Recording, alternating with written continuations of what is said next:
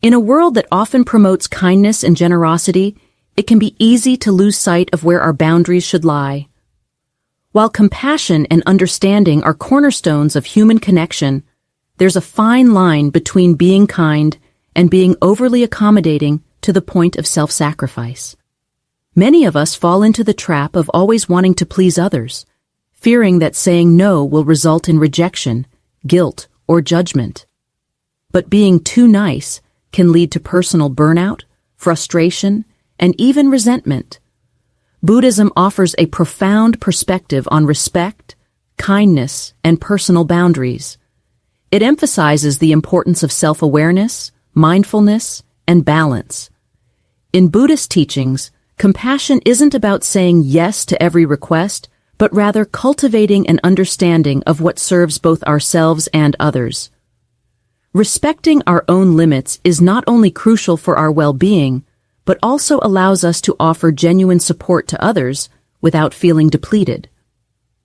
This video explores the concept of being too nice from a Buddhist lens, shedding light on how we can build healthier boundaries while maintaining compassion. We will look at 5 key aspects of this idea, exploring how Buddhist principles like mindfulness, self-respect, and the law of impermanence can help us navigate the delicate balance between kindness and self-care. By the end, you'll have a better understanding of how to approach relationships with more authenticity and respect, both for others and for yourself.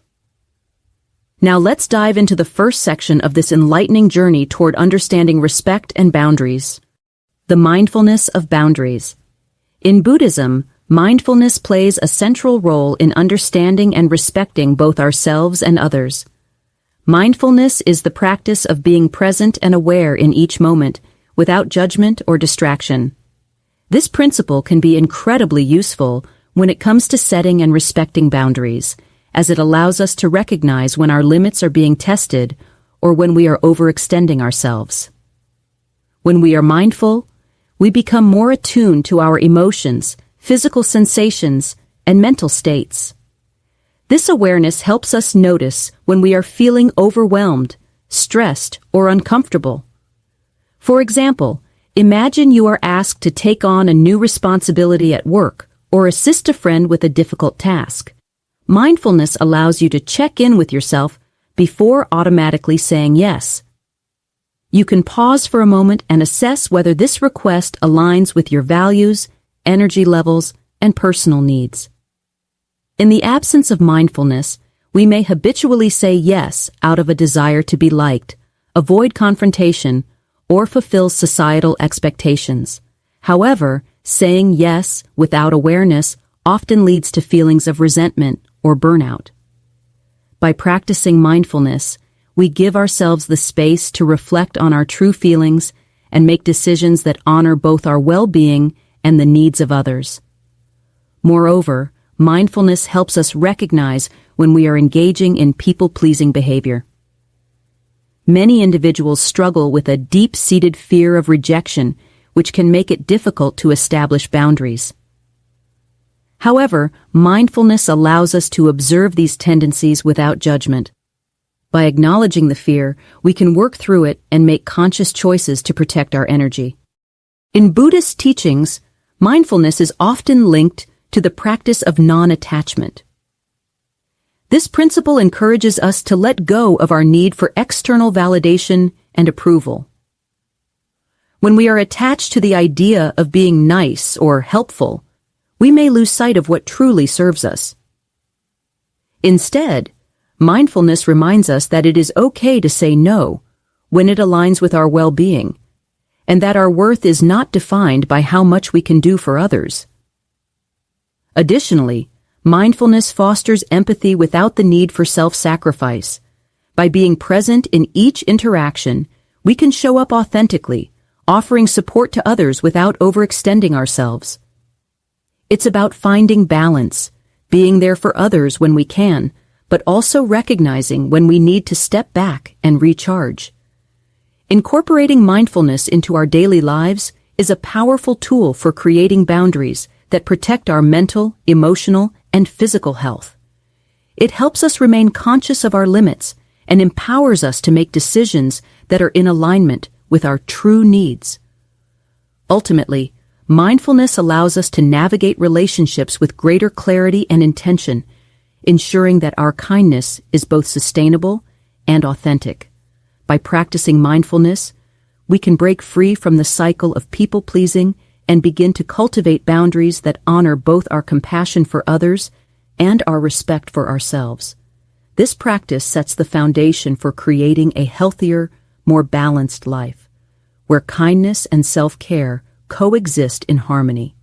Now that we've explored the importance of mindfulness in setting boundaries, let's move on to the next section, where we will delve into the concept of self-respect. The power of self-respect.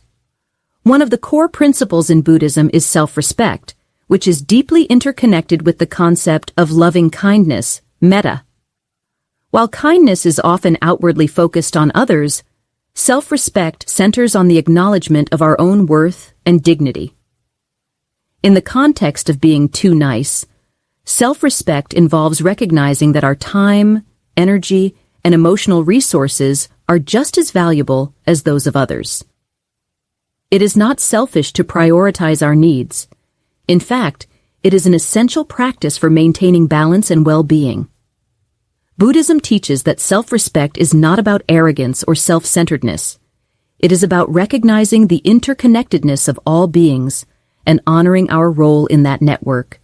We can only truly offer kindness and support to others when we treat ourselves with the same level of care and respect. The Buddha's teachings highlight that by cultivating self-respect, we are better able to show up for others in a way that is grounded and sustainable.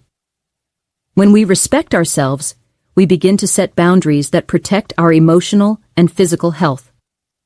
For instance, it's crucial to recognize that constantly overextending ourselves, whether in personal relationships, work, or social obligations, can deplete our energy and create resentment. Being too nice often means ignoring our own needs in favor of pleasing others, but true self-respect requires that we listen to our inner voice and honor our own limits. In Buddhism, there is a concept known as right effort, which refers to making choices that are wholesome, balanced, and conducive to our growth. Right effort encourages us to act in ways that do not lead to harm for ourselves or others, but instead foster peace and well-being. Saying no when necessary is an expression of right effort. It is a way of preventing harm to ourselves by avoiding situations where we may feel overburdened or taken advantage of. Self-respect also involves letting go of guilt or shame associated with setting boundaries. Many people struggle with the fear that saying no will disappoint others or damage relationships. However, Buddhism teaches that our true value is not based on external approval, but on our intrinsic nature as beings worthy of love and respect. When we begin to respect ourselves, we no longer feel the need to seek constant validation from others. Instead, we trust in our ability to make choices that are in our best interest, even if they may not always align with what others expect. An important aspect of self-respect is the ability to forgive ourselves. If we've spent much of our lives being too nice and neglecting our own needs, it's easy to fall into self-criticism. However, Buddhism teaches the practice of self-compassion, reminding us that we are all on a journey of growth. Rather than beating ourselves up for past mistakes, we can embrace our imperfections and commit to making choices that honor our self-respect moving forward. Through self-respect, we begin to shift our focus from external approval to internal validation. We recognize that our worth is inherent and that we deserve to create boundaries that honor our time, energy, and emotional well-being. This transformation empowers us to approach relationships in a more balanced, authentic way, where we can offer love and kindness without sacrificing ourselves in the process. Now that we've explored self-respect, let's dive into the next principle, understanding the impermanence of life. This concept can deeply influence how we approach boundaries and interactions with others. Embracing impermanence. One of the fundamental teachings in Buddhism is the concept of impermanence, anicca. This principle asserts that all things, whether physical, emotional, or psychological, are transient and constantly changing. In the context of relationships and personal boundaries, embracing impermanence can profoundly influence how we navigate our interactions with others and how we approach the idea of being too nice. When we understand that everything is impermanent, we can begin to let go of the attachment to outcomes, expectations, and the need to please others at the cost of our own well-being. Often, people who are too nice hold on to the belief that they must constantly please others to maintain harmony or avoid conflict. This attachment leads to anxiety and burnout because they're trying to control something that is beyond their ability to manage, other people's reactions and emotions. However, by embracing the Buddhist teaching of impermanence, we come to realize that everything, including our relationships and the dynamics within them, is fluid. This insight can help us accept that it's okay for things to change, for people to be disappointed, or for boundaries to be tested. Impermanence encourages us to reflect on the reality that we can't please everyone all the time. People's needs and desires change, and sometimes, despite our best efforts, we may not be able to fulfill every request or meet every expectation. This can be a difficult pill to swallow for those who are accustomed to prioritizing others above themselves. However, by recognizing the impermanence of life, we can release the unrealistic pressure to be constantly available or to cater to others' demands, knowing that relationships will evolve over time. Furthermore, impermanence teaches us that our own feelings and needs are also constantly changing. There may be times when we feel energized and eager to help others, and other times when we are exhausted and need space. By understanding that our energy and emotional capacity fluctuate, we can honor our limits and be kinder to ourselves. We no longer have to feel guilty for saying no or for taking time for self-care. Just as seasons change, so do our internal landscapes, and embracing this truth allows us to set boundaries that reflect our current state, rather than adhering to outdated expectations or a false sense of obligation. This awareness of impermanence also helps us let go of the fear of disappointing others. If we truly believe that life is in constant flux, we can release the illusion of control and stop clinging to the idea that our worth is tied to others' approval. Instead, we recognize that relationships too will ebb and flow. By embracing this fluidity, we give ourselves permission to step back when necessary, without the fear that we will permanently damage a relationship or be seen as unkind. In fact, setting boundaries based on our own needs can often lead to healthier, more sustainable relationships in the long term, as it fosters mutual respect and understanding. The teachings of impermanence also encourage us to cultivate mindfulness around our attachments, whether it's an attachment to being nice or to certain outcomes. Through mindfulness, we begin to notice when we are holding on to the need for approval or fear of rejection, and we can consciously choose to let go of these attachments. This frees us from the cycle of people-pleasing and empowers us to create boundaries that are more aligned with our authentic selves. By embracing impermanence, we can approach relationships and boundaries with greater ease, letting go of rigid expectations and allowing ourselves to be fluid, adaptable, and authentic. We can be kind without losing ourselves in the process and understand that, just as life changes, so too do the dynamics within our interactions. This acceptance leads to greater peace and the ability to navigate life's challenges with more grace and self-compassion. With the understanding of impermanence in mind, let's now turn to the next aspect of Buddhist wisdom: the importance of detachment in maintaining healthy boundaries. The importance of detachment. In Buddhism, detachment is often misunderstood as a form of coldness or indifference, but it is actually about releasing our attachments to outcomes, expectations, and even our own desires for validation. It's important to recognize that detachment does not mean abandoning relationships or responsibilities. Rather, it is about cultivating an ability to engage fully with the world while maintaining inner peace and not being controlled by external circumstances. When we are too nice, we often attach ourselves to the idea of being liked, helping others, or fulfilling every request that comes our way. This attachment can lead to burnout and frustration, especially when our efforts are not reciprocated or appreciated. Detachment, when applied correctly, helps us recognize that while we can give to others, we do not need to derive our sense of self-worth from others' responses or approval. It's the idea that we can act with kindness, compassion, and generosity, but without clinging to the expectation that these actions will result in praise, recognition, or even gratitude. We are not bound by the need to please or the fear of disappointing others. Instead, we act from a place of inner peace, knowing that we are worthy and complete regardless of others' reactions. A key aspect of detachment in Buddhism is understanding the difference between attachment to people and genuine compassion. Compassion is the desire to alleviate suffering in others, and it can coexist with detachment. In fact, the more we practice detachment, the more effectively we can help others without becoming emotionally entangled in their struggles. Being overly attached to helping others can lead to emotional burnout, as we take on too much of their pain or feel responsible for solving their problems.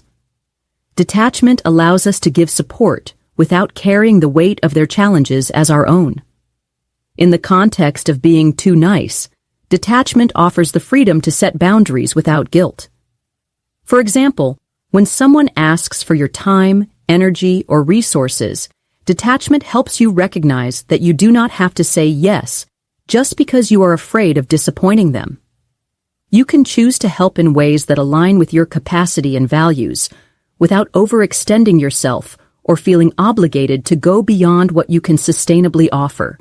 By detaching from the need to please or be liked, you make room for more balanced, respectful interactions where both your needs and the other person's needs can be honored.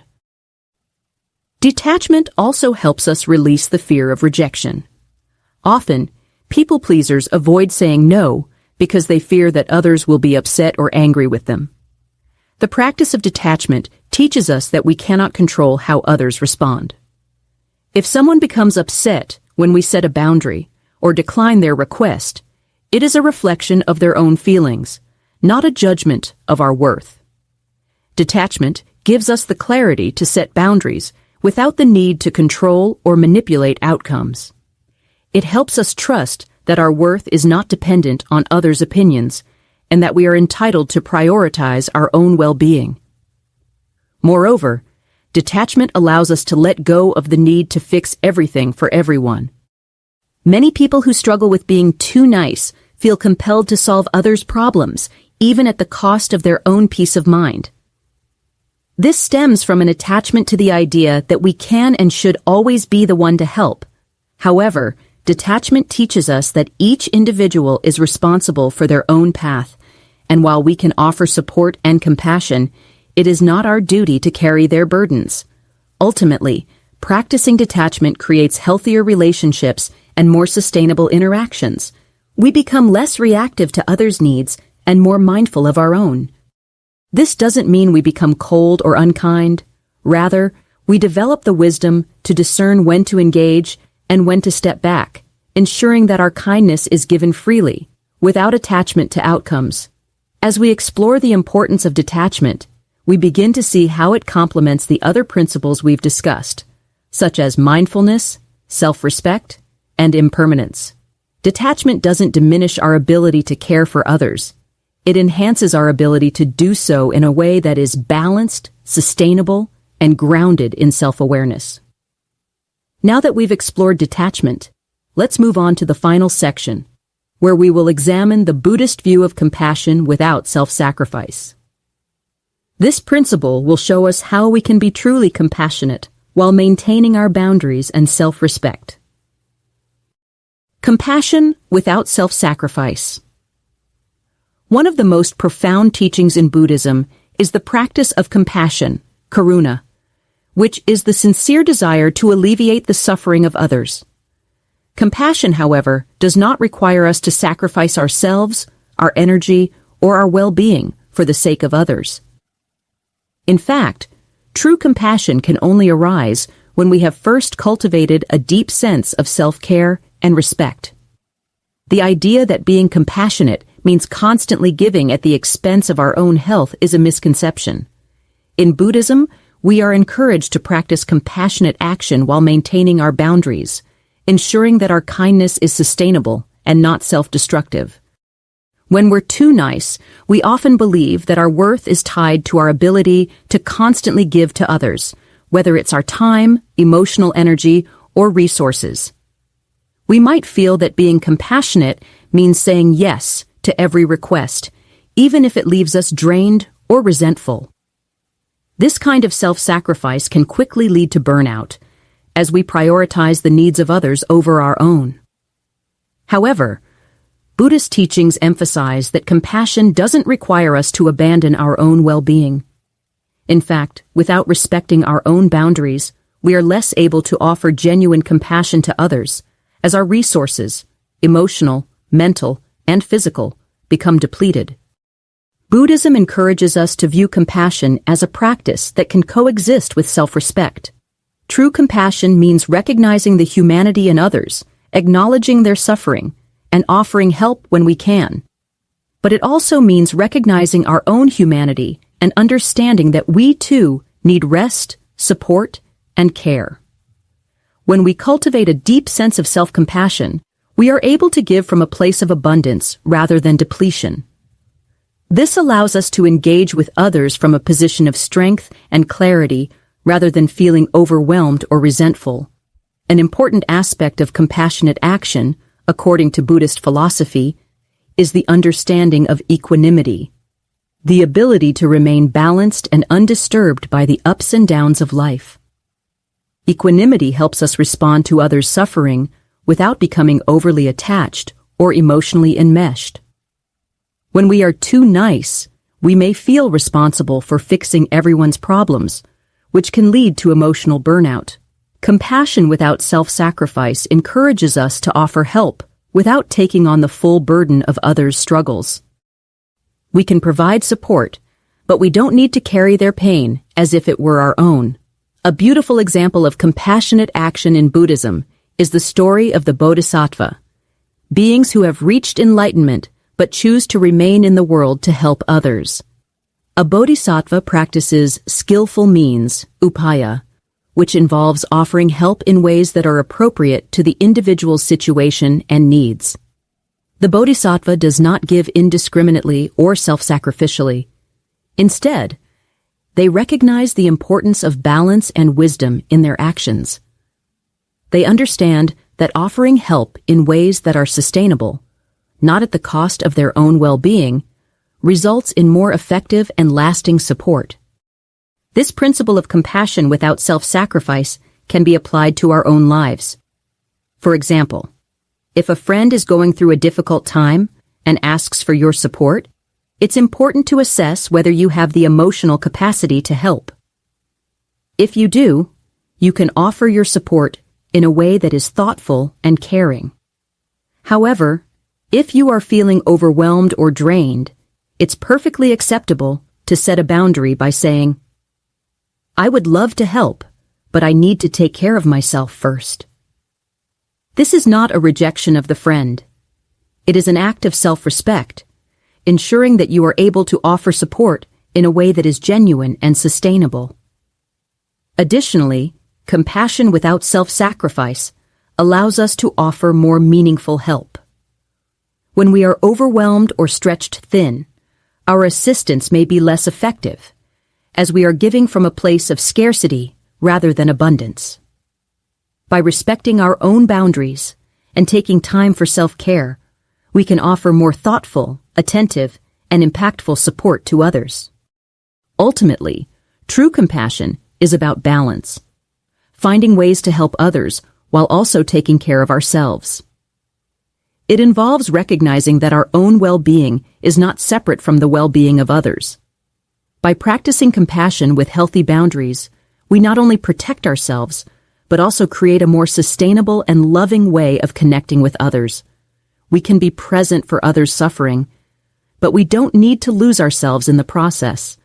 Now that we've explored compassion without self-sacrifice, let's conclude our discussion with a summary of how all of these Buddhist principles, mindfulness, self-respect, impermanence, detachment, and compassion, come together to help us set healthier boundaries while maintaining kindness and balance.